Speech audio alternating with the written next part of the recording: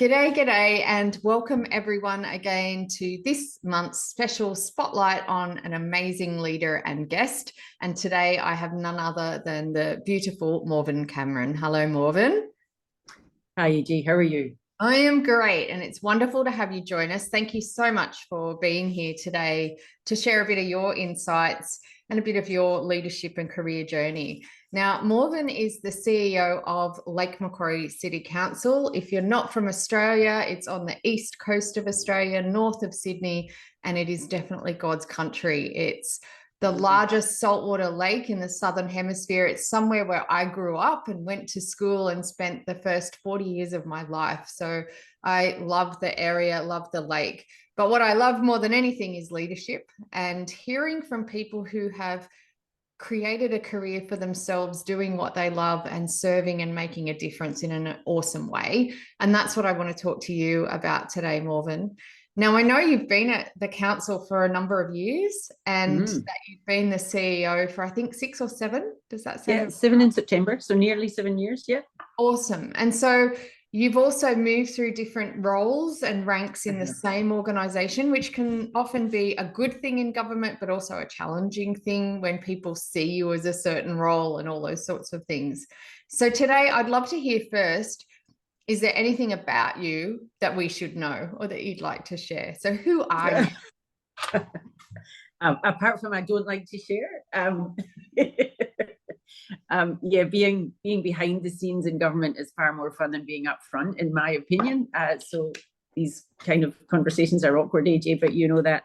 The biggest thing I'll share probably is just my passion for local government and the importance of local government and what role it plays in people's lives. You know, I'm biased, but it is the level of government where you can actually touch and feel the impact of the decisions you make, sometimes almost instantly, and sometimes, you know, it's a 50-year decision, but you can absolutely touch and feel the impact you have on people's lives. And you know, that's what gets me up every morning, and that's what on a Friday night and I drive home and think, okay, have my actions made a difference this week? And you know, that's what I love about it.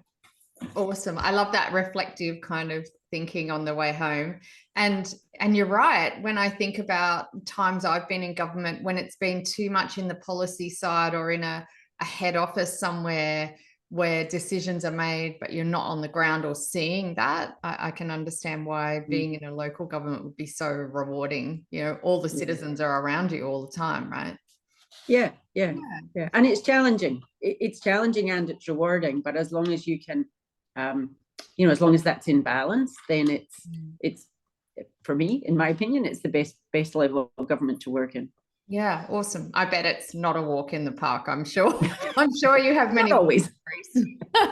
and we won't ask you to go into those too much. But I am interested in, where did you start in your career? Like, what was your first career or job? And did you have any idea that one day you'd be the CEO of a council? No, definitely not. So my first degree was in sports science because I had no idea what I wanted to do, and playing sport was fun. And I liked science, so that kind of worked. And then from there, I worked in indoor and outdoor sports facilities in the UK. I'm Scottish, obviously, so in Scotland and in England. I emigrated to Australia in 2000, just late 2000, really 2001. And the first job that I got was with a local government, a local council in Sydney. And I very famously now said to a friend of mine, oh, I'm not ready for local government. You know, that's kind of where people go to retire.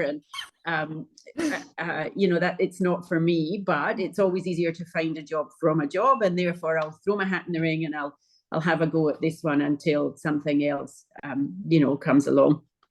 And within about 6 months of being there, I kind of had to have a bit of a talk to myself and say, actually, you know what, I really love this. I really enjoy this feeling of providing facilities for a community, or for, you know, I was a sport and recreation planner, so we were putting floodlights on sports fields that previously didn't have them. So suddenly people were able to play sport, 5 nights a week, and that feeling of making a difference to our community was just was really powerful for me. And I had to admit to myself that maybe local government wasn't that today tonight media image of local government that I had held in my mind before I got the role. Yeah, and it always had a bit of a stigma around just rates and rubbish and things like that, didn't Absolutely. it? And even I often talk to a lot of my government clients in manager to leader shift, and that's old stigma of any government employees or council workers are lazy. I've worked in government and with government for like 25 years. I'm yet to see a lazy person. And in fact, I go, if you want to see innovation, go and see what's happening in areas and regions like this. And I often have clients might go to America, say for a conference or something, and they come back going, we're ahead of the game. Like, we're doing really well. Yeah. So yeah, I completely hear what you're saying. So you had this, all good. Sorry. You had this, maybe I'll stay. Maybe council isn't so bad. Where did you go from there, and how did you get to be even at Lake Macquarie? It was about more opportunities and more opportunity to look after more facilities. So as a sport and rec planner, I looked after the outdoor sports facilities, and then a role at Lake Macquarie as a manager came up that had that part of it. So I still had that expertise, but also had indoor facilities and community facilities and family daycare. So it was just broadening that. I always talk about that sort of sphere of influence or sphere of involvement in other services that councils offer. So really the draw to Lake Macquarie was about that, a role that still had enough of the expertise that I had some confidence left, that I sort of knew what I was doing in at least a third of the role, and then 2 other really big parts of the service offering from local government that I'd never been involved in before that I could learn. Awesome. And given you just said the word confidence, at what point, given you went a third of it, I've got knowledge in, one of the things that I hear a lot of leaders say hold them back is that confidence. And there's loads of research that shows when a job is advertised that our male counterparts go, I've got 3 of the 6 criteria, I'll apply. And a female says, I've got 3 of the 6 criteria, I won't, because I don't match all of them. When did you go, okay, I'm confident enough and I'm going to back myself in things? Oh, blimey, when? I'm not sure. Probably when I read that statistic and went, actually, you know what? No, that's not right. That's not in balance. I'll give it a go. And certainly that first big role, that move from very much my domain expertise to a role where I was learning completely new service offerings would have been the time where I thought, okay, this is more about leadership, and big thing for me is about empowering the people who work for me and my team to find the solutions and solve the problems. That was a really big thing when I first moved to Lake Mac. It dawned on me that I had landscape architects and engineers coming to me with problems. And if I asked questions the right way, they knew the answers. They weren't expecting me to be an engineer or an architect. They were expecting me to help them reach the right solution or find the right answer. And probably in that period of time was the time when I thought, this isn't about being a sort of expert in everything. In fact, I sort of rally against leaders who want to be the experts in things a little bit. Being a leader is actually about finding the experts and creating the environment where they can do what they do brilliantly and not get bogged down in other things. And that transition from my own domain expertise to a slightly bigger portfolio would have been the time when I thought, hang on, this is leadership rather than technical expertise. It's not that simple, but that would have been the time. I love that, because it really is what I call kind of the manager to leader shift, where managers are technical experts. They know the stuff. They're more likely to jump on the tools if, someone's away or there's help needed. Whereas a leader, and it doesn't mean they don't walk beside people and do stuff themselves, but it is very that, how do I empower, coach, guide, uplift other people? And I think a great leader is one that almost eventually makes themselves redundant, in that the team learns to lead themselves and they just come in and go, hey, this just happened. We thought about this. We did this, just letting you know. Then you know Absolutely. your job is done, isn't Yeah, it? yeah, very much so. And in a way, being CEO, and I think the role used to formerly be called general manager there as well at council. So, you know, that whole chief of everything, but not necessarily specialist in anything. Is that what you find? And how do you find, as a CEO of such a big organization that also has, I guess, the council and a political side and those sorts of things, how do you find you're able to empower those people and grow a strong leadership team? And was it already there? Did it take you a while to do? Like, what have you done to, I guess, get that leadership level happening? Yeah, I think a lot of it was already there. So it was a very, Lake Macquarie's had a reputation for many, many years of being a very stable and respectful council. So political body and decision making is made in a very professional and appropriate way. So that's always a very positive place to be able to work from. And organizationally, I mean, the people in the organization were very talented, very committed, very dedicated people.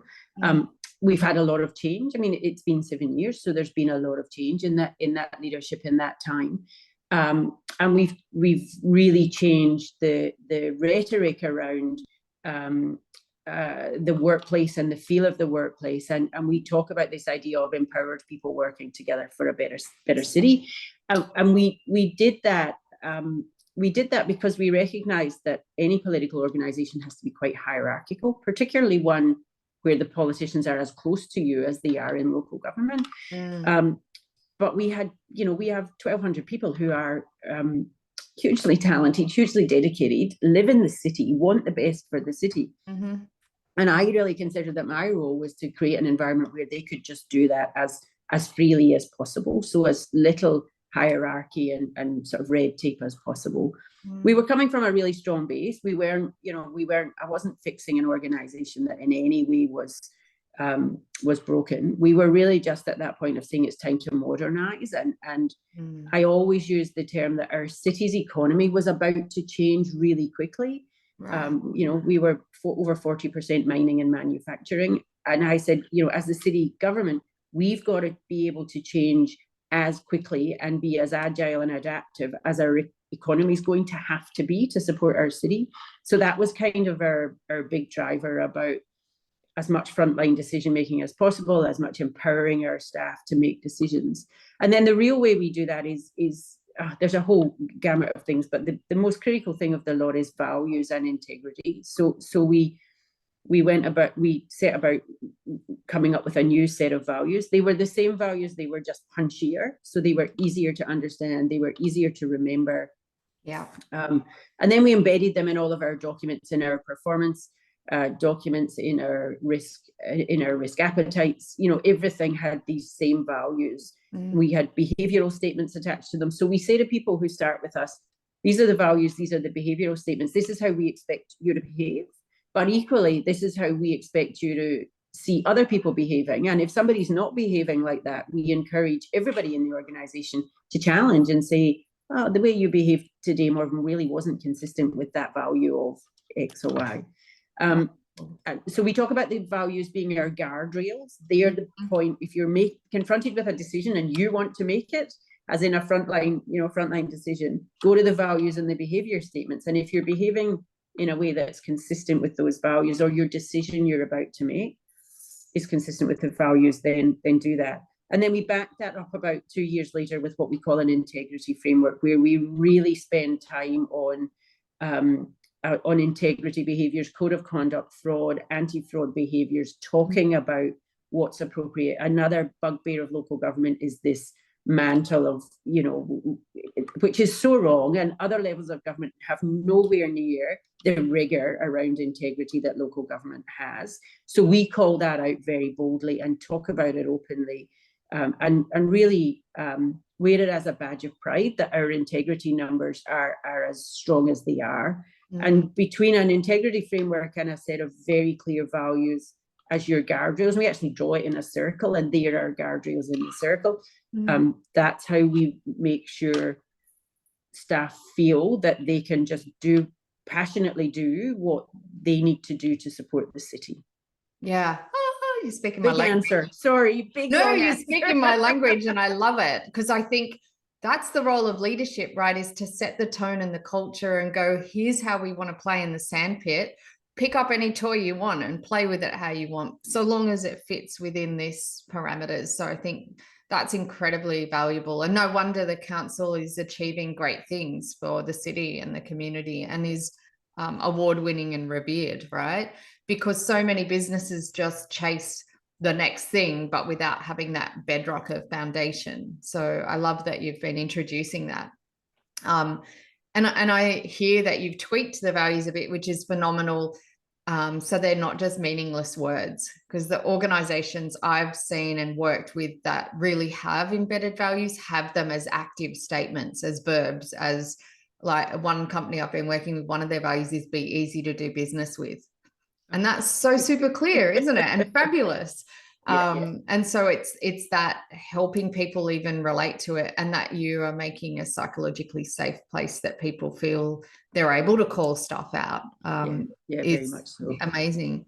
So I want to ask one little tiny hairy question, and that is, has there ever been a time where you have had your stuff challenged, or your even personal values around family and life and those things? Because I'm sure as a CEO, you could work 24 hours a day and still feel like you never get it all done. Has there ever been a time where you've had to look at your own personal values, not just the council ones? Or, you know, what has been a challenge for you as a female as well as a leader in an organization of that size? Look, you know, there's the continual balance. I've got 2 teenage children, well, 12 and 14, so they're as good as teenagers, right? Yeah. And I'm at the front end of teenage, so trust me, it feels like teenage years are still to come. So that's, you know, living through that for the next few years is going to be fun. They're great, but so there's always a balance. There's always a pull. I could be out every night at some kind of event. I could, you know, so I'm pretty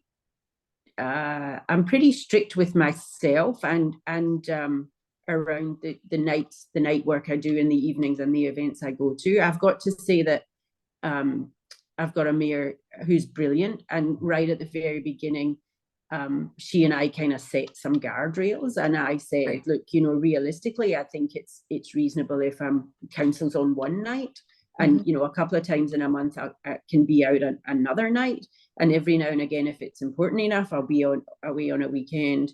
I avoid Friday nights if I possibly can, because that's a big family night for us. That's our own family choice. Friday night's a thing with us. So you know, there's probably 2 Friday nights a year where I'm not home, literally, and I'm quite strict about that.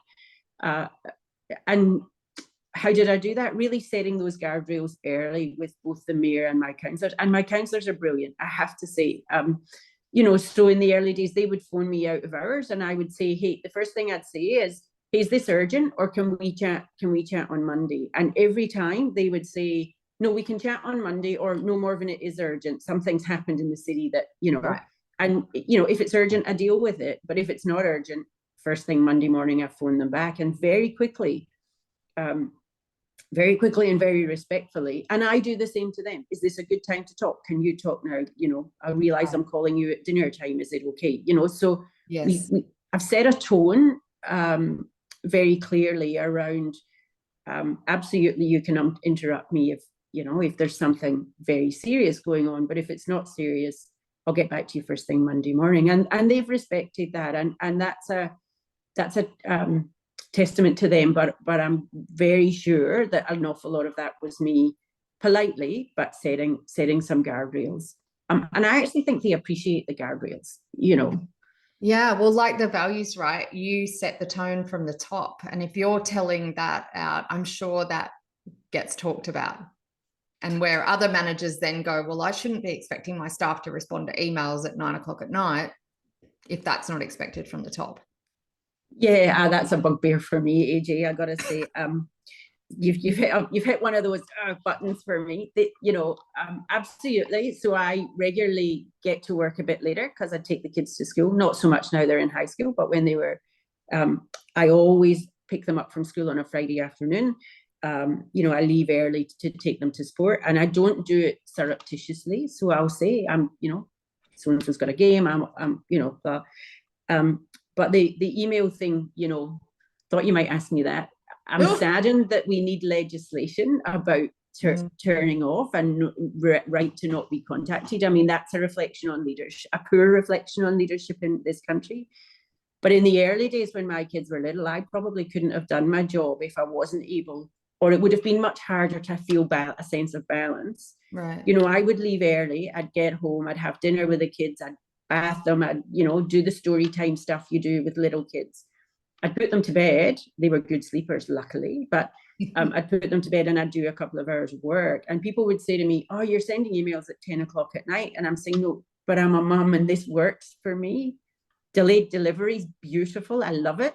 Yes. Yes. And I use it all the time now. That's a new, that didn't exist when my kids were little. Yeah. But if it works for somebody, if it works for a mum or a dad to finish early and coach soccer or whatever, and then do another hour at night, if you've created a safe environment where that's not about I've got to work, I can't see my family, but you've created an environment where you say, well, just get your job done and do it in a framework that works for you and works for us. That's what we should be aiming for. I'm not for 1 minute saying we don't need that legislation in it, but it does sadden me that we need that legislation. That we needed it. And I agree, it's not about clock on and clock off and everyone has to work 9 to 5, flexibility. And COVID has been a gift in that way. And so, I mean, we're here via Zoom, there's a gift in some of that. But I do know I had moments in my career where my team, I called it my pizza moment. They would still be at work and ordering pizza. And I'd be like, why is everyone ordering pizza? And they're like, because we're hungry and it's dinner time. And I'm like, why are you still here? And they were all like, because you are. And I was like, oh my God. And it was just that I had a long commute home. I preferred to catch a later train, and then I realized I was setting that tone and expectation. So it is about having conversations, even to go, sure, do things your way, be as productive as you can in the hours, but I think delayed is great. we don't somebody who takes longer hours to do their job at Lake Macquarie isn't seen as better, more exceptional. Being in the office longer is not seen as a badge of honor. Very much so. Really important. Wonderful. Couple of last questions. One is, as a leader yourself, have you had any other leaders, mentors, people who have inspired you and maybe supported you along the way? Yeah, I have. I've had a few. The previous general manager at council was a big supporter, coach, mentor, push. He pushed me a lot, sometimes to my frustration. The current mayor is an amazing supporter for me. I mean, she's pushed me incredibly, and I think, but she, in the same way that Brian would, that she'll come in and say, oh, that probably wasn't as good as it could have been. I mean, she'll talk about things in the organization that haven't been done well, and I'll fix them. That's not. But if I do a media interview, because it's not my happy place, favorite thing, I'll do a media interview and she'll be like, oh, you maybe. So she'll give me very honest feedback. Brian would have been the same. I think for me, the biggest thing is just finding people whose opinion that you particularly the more senior you are. This thing happens where less people will tell you you've done a good job or a bad job, right? Particularly a bad job. Everybody will tell you you've done a good job even when it was terrible. Right. So, finding a feedback void.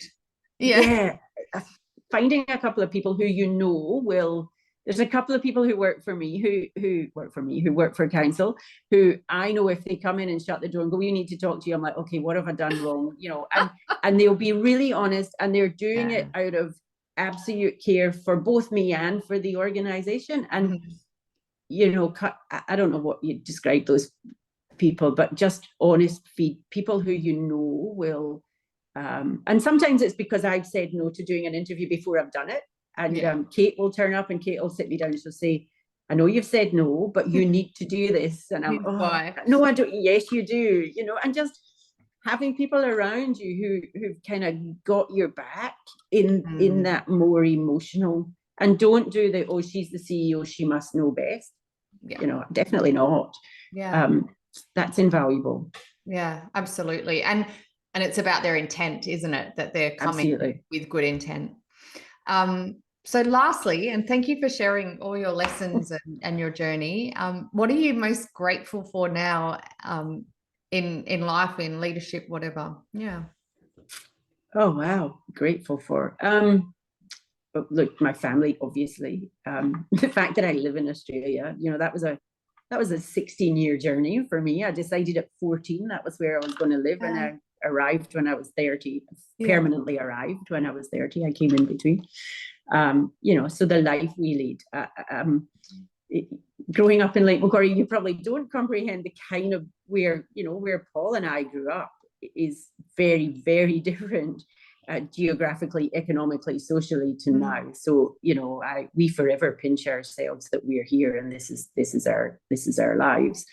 And then, you know, an overlay of that is that you know, I've got a job that I absolutely adore, and that is phenomenally aligned with my values. And you know, I hear, not often, but you hear other people sort of talk about their job or conflicts they're having with their job. And my advice always is you have to start with what are your values and line up your career with that. And I've been incredibly lucky to find local government and then be able to, you know, enjoy it and be successful in it.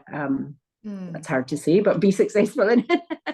And it aligns so well with everything that's in my core about what matters in a community and in a society that, it brings out of bed every day to go to work. It's fantastic. You know? Amazing. And even as you were talking, I was feeling like the warm glow of it because you radiate when you talk about it. And I think that's when we really can make a difference, when we know we're in the right place and the right time. And it mightn't be forever, right? But while you're there and feeling that way, I think that has a ripple effect on the 1,200 people and then the 1,000,000 people or whatever in the community. It says a lot for your own integrity and values and for sticking to those. I salute you for that. And thank you so much for sharing your wisdom today. It has been greatly appreciated. Been a lot of fun. Okay. Thanks, AJ. Bye.